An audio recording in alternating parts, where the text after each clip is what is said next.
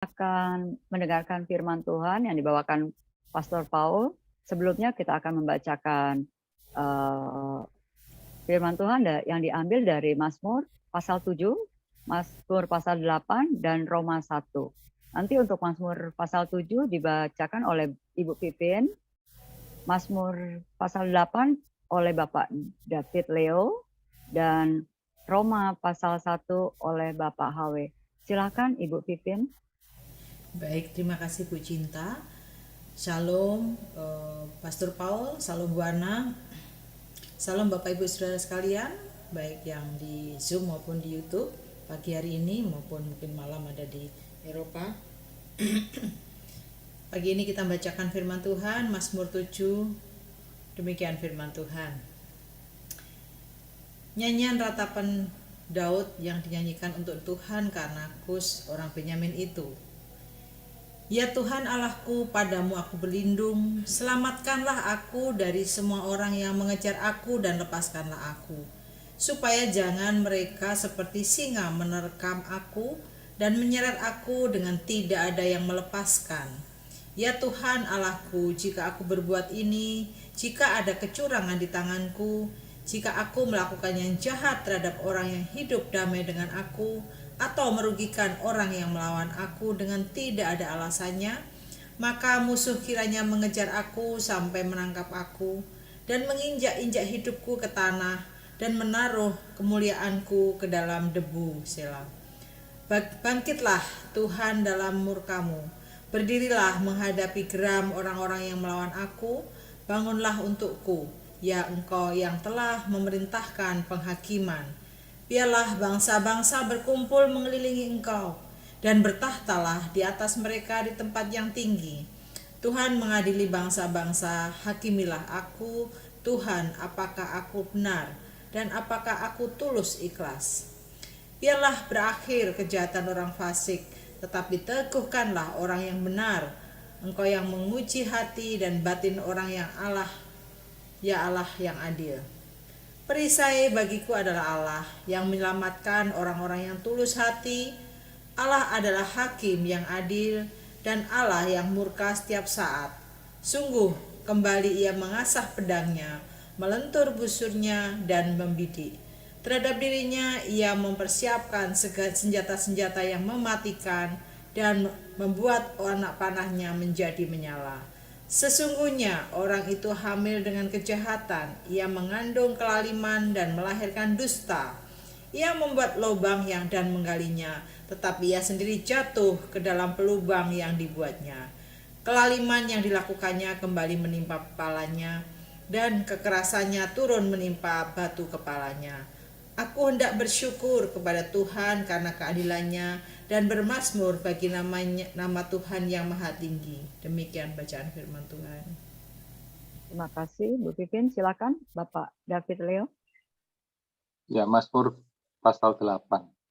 Untuk pemimpin biduan menurut lagu Hidit Mazmur Daud.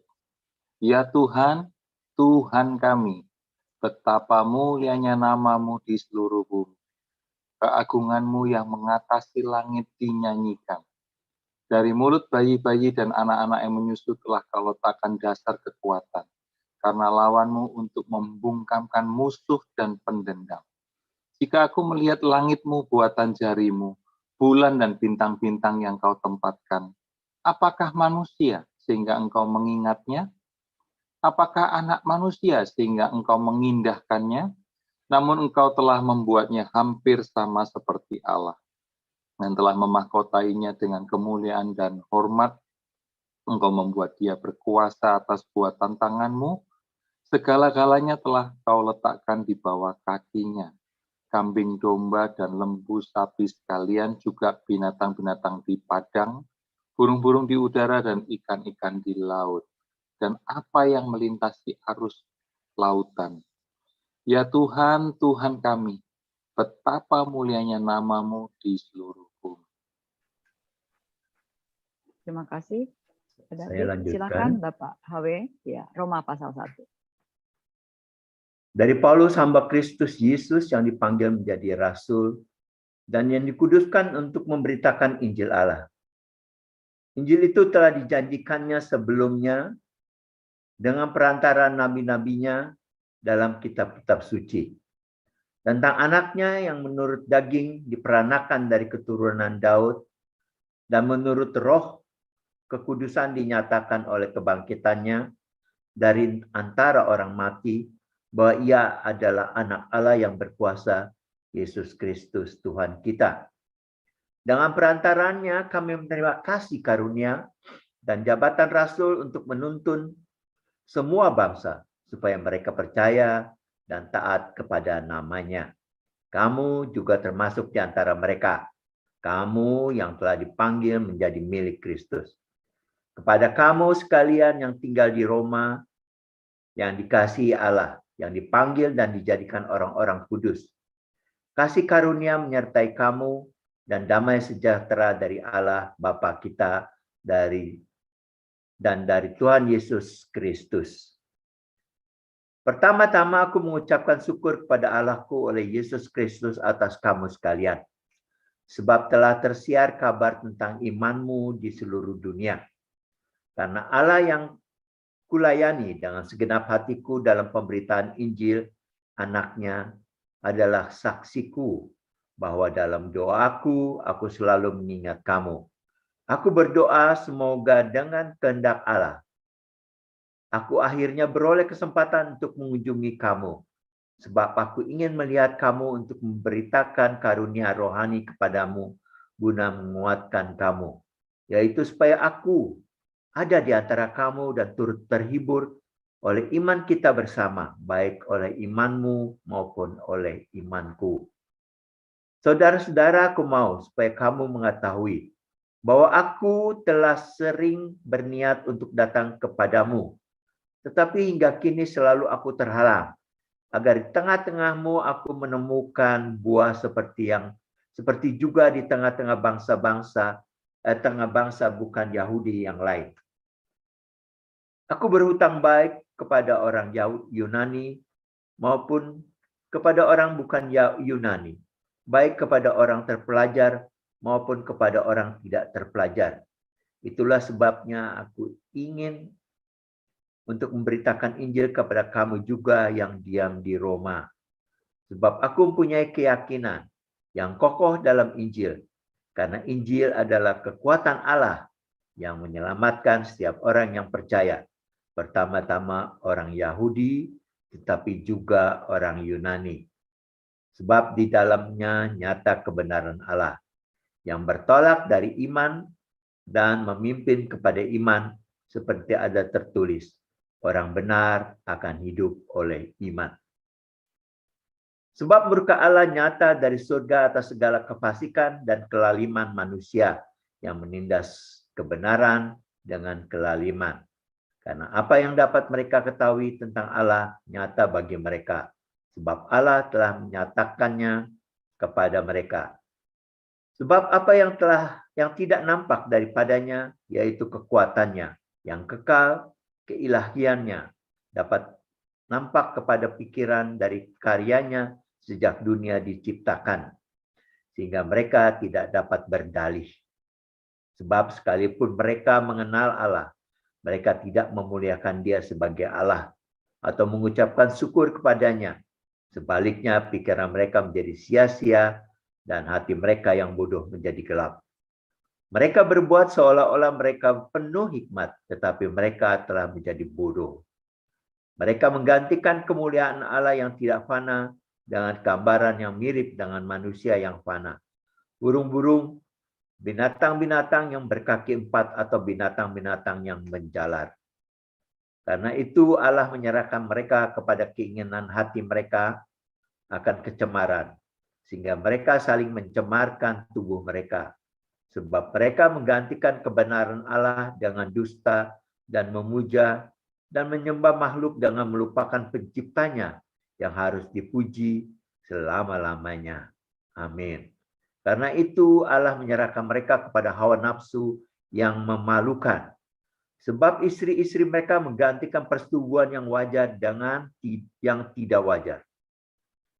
Demikian juga suami-suami meninggalkan persetubuhan yang wajar dengan istri mereka dan menyala-nyala dalam berahi mereka seorang terhadap yang lain. Sehingga mereka melakukan kemesuman. Laki-laki dengan laki-laki, dan karena itu mereka menerima dalam diri mereka balasan yang setimpal untuk kesesatan mereka. Dan karena mereka tidak merasa perlu untuk mengakui Allah, maka Allah menyerahkan mereka kepada pikiran-pikiran yang terkutuk, sehingga mereka melakukan apa yang tidak pantas. Penuh dengan rupa-rupa kelaliman, kejahatan, keserakahan, dan kebusukan. Penuh dengan dengki, pembunuhan, perselisihan, tipu muslihat, dan kefasikan. Mereka adalah pengumpat, pemfitnah, pembenci Allah, kurang ajar, congkak, sombong, pandai dalam kejahatan, tidak taat kepada orang tua, tidak berakal, tidak setia, tidak penyayang, tidak mengenal belas kasihan. Sebab walaupun mereka mengetahui tuntunan-tuntunan hukum Allah, yaitu bahwa setiap orang yang melakukan hal-hal demikian patut dihukum mati. Mereka bukan saja melakukannya sendiri, tapi mereka juga setuju dengan mereka yang melakukannya. Demikian firman Tuhan. Amin. Terima kasih Pak HW. Silakan Pastor Paul. Haleluya, haleluya, luar biasa. Oh, sebentar ya, saya lupa tutup pintu.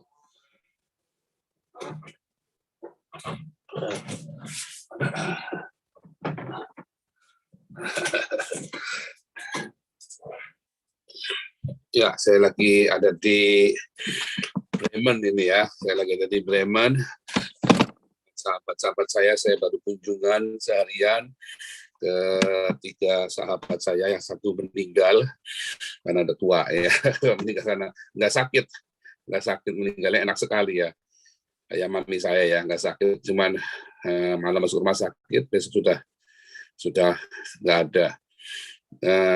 Meninggalnya indah sekali ya, jadi nggak bikin susah, nggak nyiksa anak-anaknya, nggak nyiksa dirinya sendiri.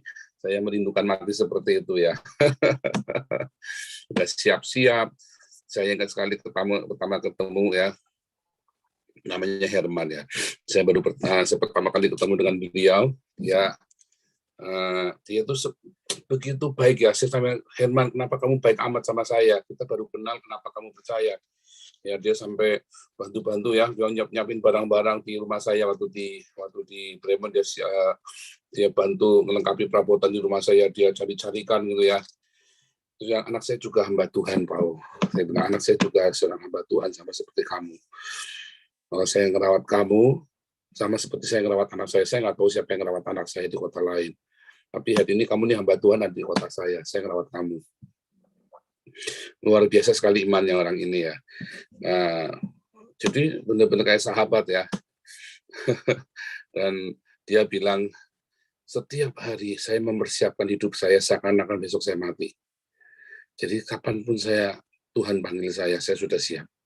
Saya sudah siapkan semuanya, dan saya tunggu kapan Tuhan. Kalau saya sekarang masih kuat, saya akan tetap melayani Tuhan, pokoknya sekuat tenaga saya.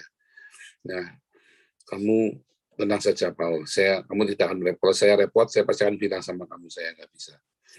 Nah, luar biasa ya. Terus ada sahabat saya yang kedua, ya Frank. Saya sering kesaksian ya tentang Frank Schindler ini. Frank ini lagi down sekali ya, lagi down sekali hidupannya. Nanti kami makan malam di rumah Frank tadi ya, makan bratwurst ya, wurst Jerman terkenal paling enak. Beliau adalah koki yang enak sekali ya, koki yang jago masak ya, masakan Eropa. Yang masakkan bratwurst buat kami, sederhana sekali tapi enaknya minta ampun ya, nggak tahu dipakein apa sama dia, pokoknya enaknya minta ampun. Nah, si Frank ini dia tadi bilang sama saya, dia cerita orang-orang yang saya kenal ya, orang ini lagi hancur hidupnya, orang ini. Terus saya lihat orang ini, terus saya bilang, mengapa Paul? Orang-orang baik semua hidupnya hancur, Paul. Ini pertanyaan yang sulit ini kan. Mengapa orang-orang baik hidup hancur? Ya, saya banyak melihat orang-orang baik hidupnya hancur. Ya. Makanya Anda kalau nonton film-filmnya Andy Lau itu kan selalu bilang orang baik selalu mati itu kan. Orang baik mati muda, dia bilang, si Andy Lau bilang begitu kan. Dulu saya sampai rema ya, orang baik mati muda. Sampai remanya bukan remanya Tuhan Yesus tapi remanya Andy Lau itu loh. Orang baik mati muda. Dia bilang gitu. Selalu dalam film ini ngomong orang baik mati muda gitu ya.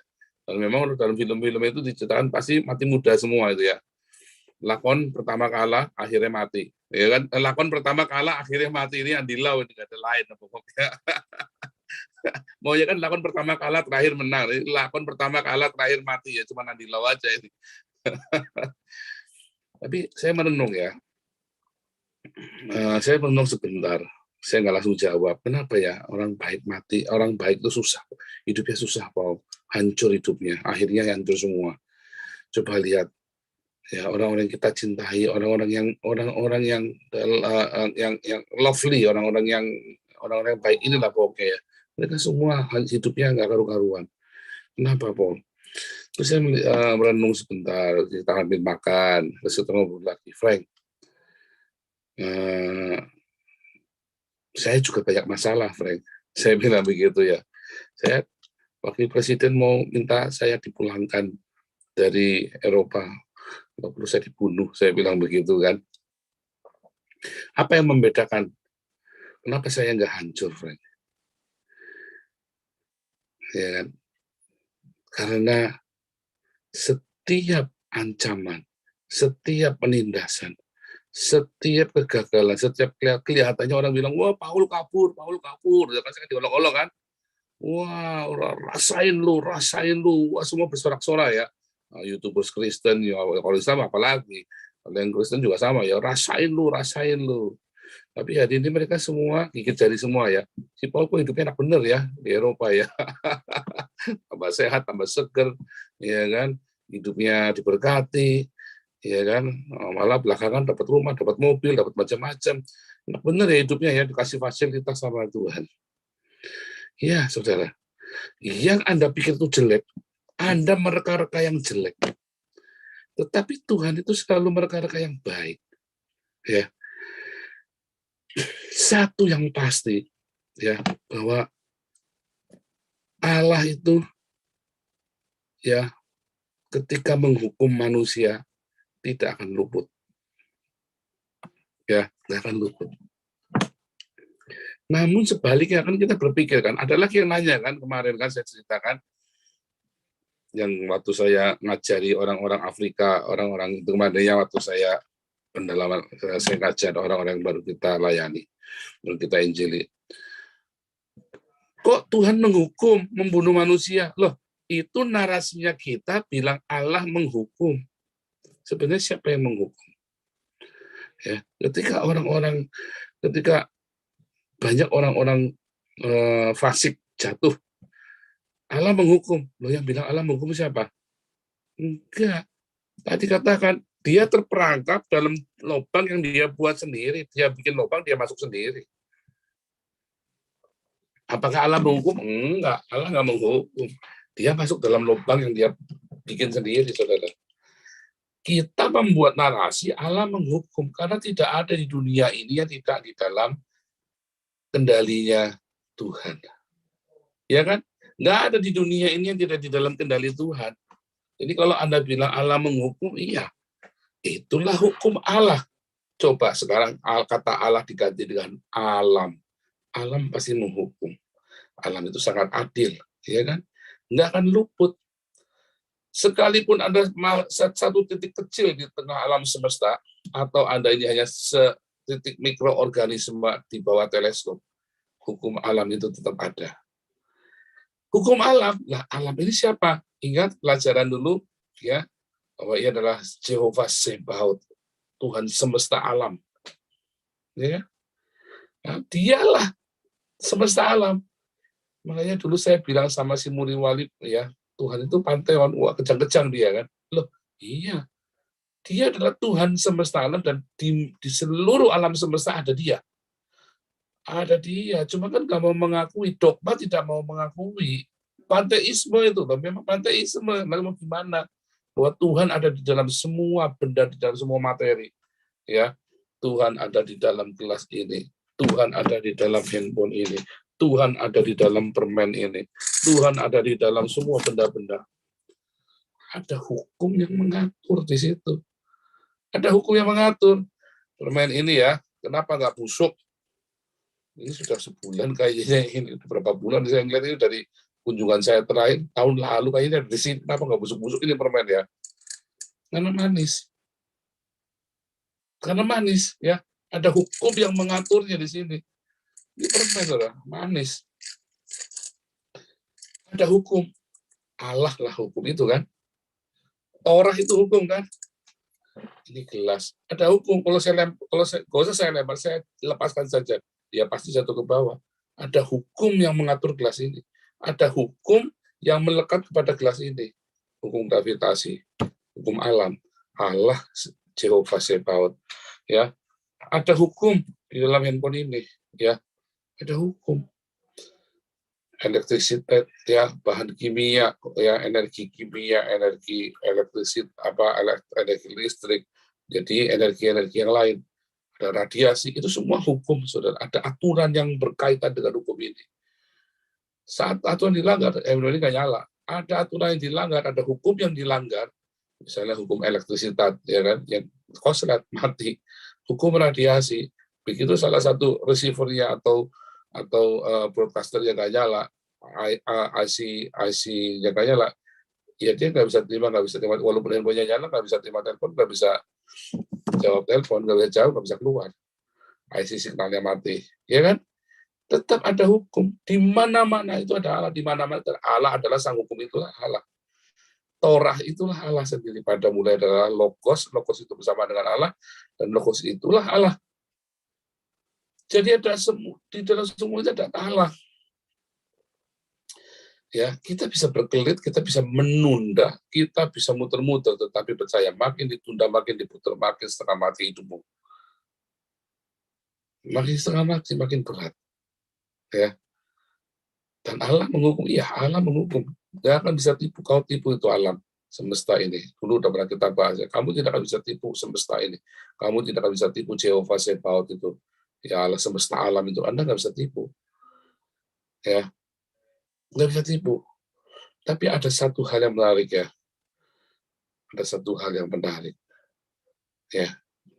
Kalau tadi saya bilang bahwa Allah menghukum, apakah benar Allah menghukum? Enggak kan?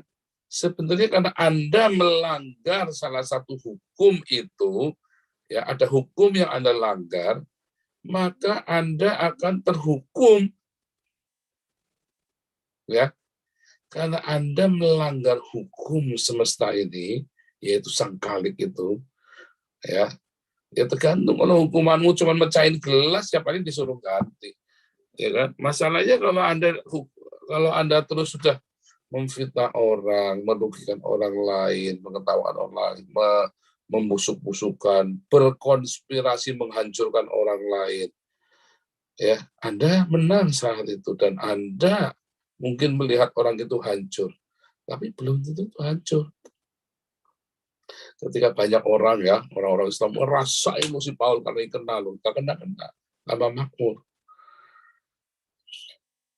Masalahnya ketika dibilang ya, ternyata bukan Allah yang menghukum, ternyata Allah adalah sang hukum dan bukan Allah yang menghukum, tetapi Anda melanggar sang hukum itu, sehingga hukum itu yang menghukum diri Anda sendiri.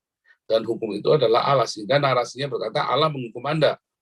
Tetapi ada orang-orang yang menghendaki Allah menghukum saya.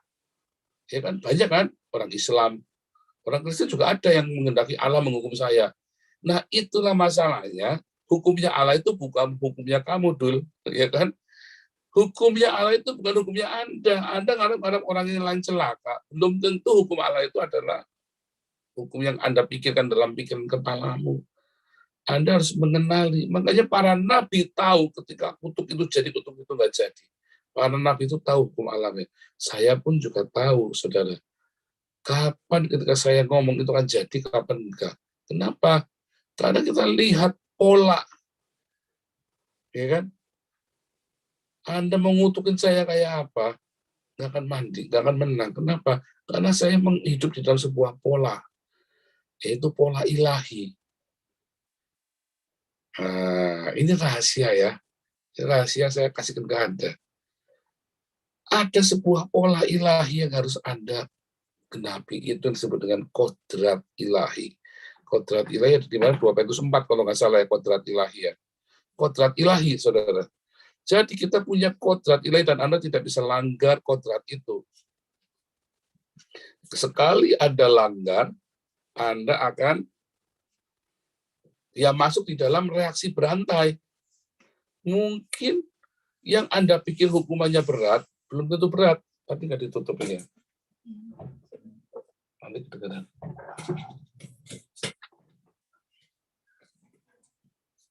Yang Anda pikir, oh ini pasti dosanya berat, belum tentu. Oh ini dosanya ringan, oh belum tentu. Ya, berat ringan itu bukan Anda yang menentukan. Siapa yang tahu? Ya nanti dari pengalaman Anda mengerti. Ya, dari pengalaman Anda bersama dengan sang hukum itu. Masalahnya kan Anda tidak punya hati yang bijaksana untuk menghitung hari-hari itu kan. Nah, terlalu sibuk Anda. Anda terlalu sibuk. Coba kenali hukum-hukum itu. Makanya kemarin saya ajari waktu berdoa ya. Jangan sibuk, berhenti kepala, berhenti, diem. Waktu doa itu diem. Saat teduh bersama dengan Tuhan, ya Anda diem. Saat teduh bersama Tuhan itu masuk dalam kamar. Bukan saya suruh Anda ritual, nyembah joget-joget, tari pat-pat, jogetan di dalam puji-pujian penyembahan dulu. Wah, saya ngomong kosong semua. Itu pun diem. Nggak usah muji, nggak usah nyembah Tuhan, nggak usah diem. Ya, nggak usah ritual, itu ritual, saudara. Diem. Rasakan dekat, rasakan Tuhan. Kacau pikiranmu kemana-mana, apalagi yang hati-hati ya, kayak Dion itu hati-hati itu, saya yakin paling susah suruh diem, baru diem sebentar. Saya punya orang itu pemain drumnya itu kan si Benyamin itu kan, hati-hati juga, kayaknya lebih parah dari Dion. Begitu kita suruh diem gitu kan dia nggak mau, kayak dia oke diam. 1 menit diem, 2 menit, begitu 5 menit udah gumbrang. Wah, paling repot tuh latihan musik sama dia itu ya. Suruh diam, wah serius ya, diam sekuat tenaga, 5 menit ruwet lagi dia, ya. Nah itu yang terjadi, sibuk. Orang ada ini gimana ya? Nah, ini saya sedang mencoba memahami bagaimana cara mengajarkan orang ADHD ini untuk diam bersama dengan Tuhan. Saya belum tahu ya. Ini pengalaman baru bersama dengan Benyamin. Ini kan pengalaman dengan orang ADHD yang suruh doa ya. Saya ketemu orang ADHD banyak, tapi ini kan kita lagi mau nyuruh orang ADHD ini punya hubungan pribadi dengan Tuhan. Ya kan? Overactingnya minta ampun, saudara. Wah, nyebelin bener mau overacting, kalau lagi overacting namanya orang ADHD kan. Ya kita malum, cuman bagaimana ya caranya ya untuk ngomong. Nah, saya lagi doa, kita ya Tuhan, apa yang harus aku lakukan? Bagaimana cara ngajari dia untuk diam.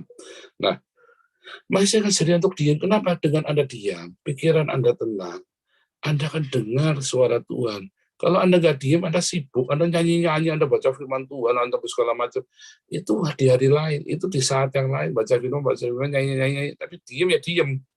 Oh, lagi diam, disuruh diam. Ya. Oh, disuruh berdiam, dia diam, sudah diam. Ya. Sama, ketika kita diam, di dalam diam yang Allah berbicara pada hidupmu. Sang rema itu bicara. Sehingga Anda ngerti bagaimana Allah bekerja. Bagaimana hukum-hukum alam ini bekerja. Bagaimana sang Torah ini bekerja. Bagaimana sang firman itu bekerja. Kan sebetulnya begitu kan, diputar-putar itu kan yang simpel banget kan. Tapi kan Anda enggan melakukannya. Ya kan? Males melakukannya. Anda tidak mengenali, sehingga Anda tertuduh, terintimidasi, sehingga Anda mengalami banyak sekali pencobaan yang tidak perlu. Mencobai dirimu sendiri. Ya, dengan apa ya? Dengan mempermainkan hukum itu. Tapi karena hukum itu Anda pikir Anda bisa permainkan. Anda pikir Anda bisa, kita akal-akali begini, itu saya nggak bohong. Nggak bisa. Itu Anda sudah tahu Anda bohong, tapi Anda berusaha ya untuk menghilangkan jejak kebohongan Anda, menghilangkan jejak kejahatan Anda, dosa-dosa Anda. Saya kan nggak berdosa, saya kan hanya ini, saya kan hanya itu. Intinya Anda mencari pembenaran kan. Anda sudah tahu jadi seperti ular, artinya ular tahu firman Tuhan, ular tahu yang benar, tapi dia mencari pembenaran. Tulus seperti merpati, artinya kita tahu merpati itu juga mencari kebenaran, tetapi bukan mencari pembenaran. Merpati itu tulus benar-benar mencari kebenaran. Nah, hari ini kita juga sama. Anda mau nggak mengerti cara Tuhan? Anda mau nggak mengerti jalan-jalannya yang tak terselami itu rahasia. Setiap hari di dalam berdiam diri dan berdiakonia, jangan lupa. Ya, maka apalagi kalau Anda sambil puasa ya, apalagi kalau Anda sambil puasa beneran, bukan puasa Islam, puasa Yahudi, itu Anda akan menemukan rahasia-rahasia itu, rahasia-rahasia kehidupan. Ya, kelihatannya saya sama Anda nggak ada bedanya ya, beda saudara. Anda lihat beda. Ya, kelihatannya nggak ada yang saya saja yang merasakan. Ya, orang-orang yang tahu, kalian sama saya, dulu dengan sekarang ya beda. Ya, oke, makanya tadi itu berdiam diri. Jadilah anak berdiam diri. Ajar kami Tuhan menghitung hari-hari, agar kami beroleh hati bijaksana. Terus Anda jangan berdebat khusus sama Tuhan. Anda datang ke sana, Anda duduk diam, cari kehendak Tuhan. Anda amati rahasia-rahasia surga itu dibuka. Ya, bagaimana Tuhan semesta alam itu bekerja. Maka nanti Anda akan mengerti, Anda harus bagaimana, apa yang harus Anda lakukan, aksi reaksi Anda berbuat simulasi terhadap diri sendiri, dan Anda langsung ya, Anda akan tahu mana suara Tuhan dan suara hatimu, mana yang keinginanmu, mana yang keinginan Tuhan. Dengan mengetahui rahasia semesta alam ini. Tuhan Yesus memberkati.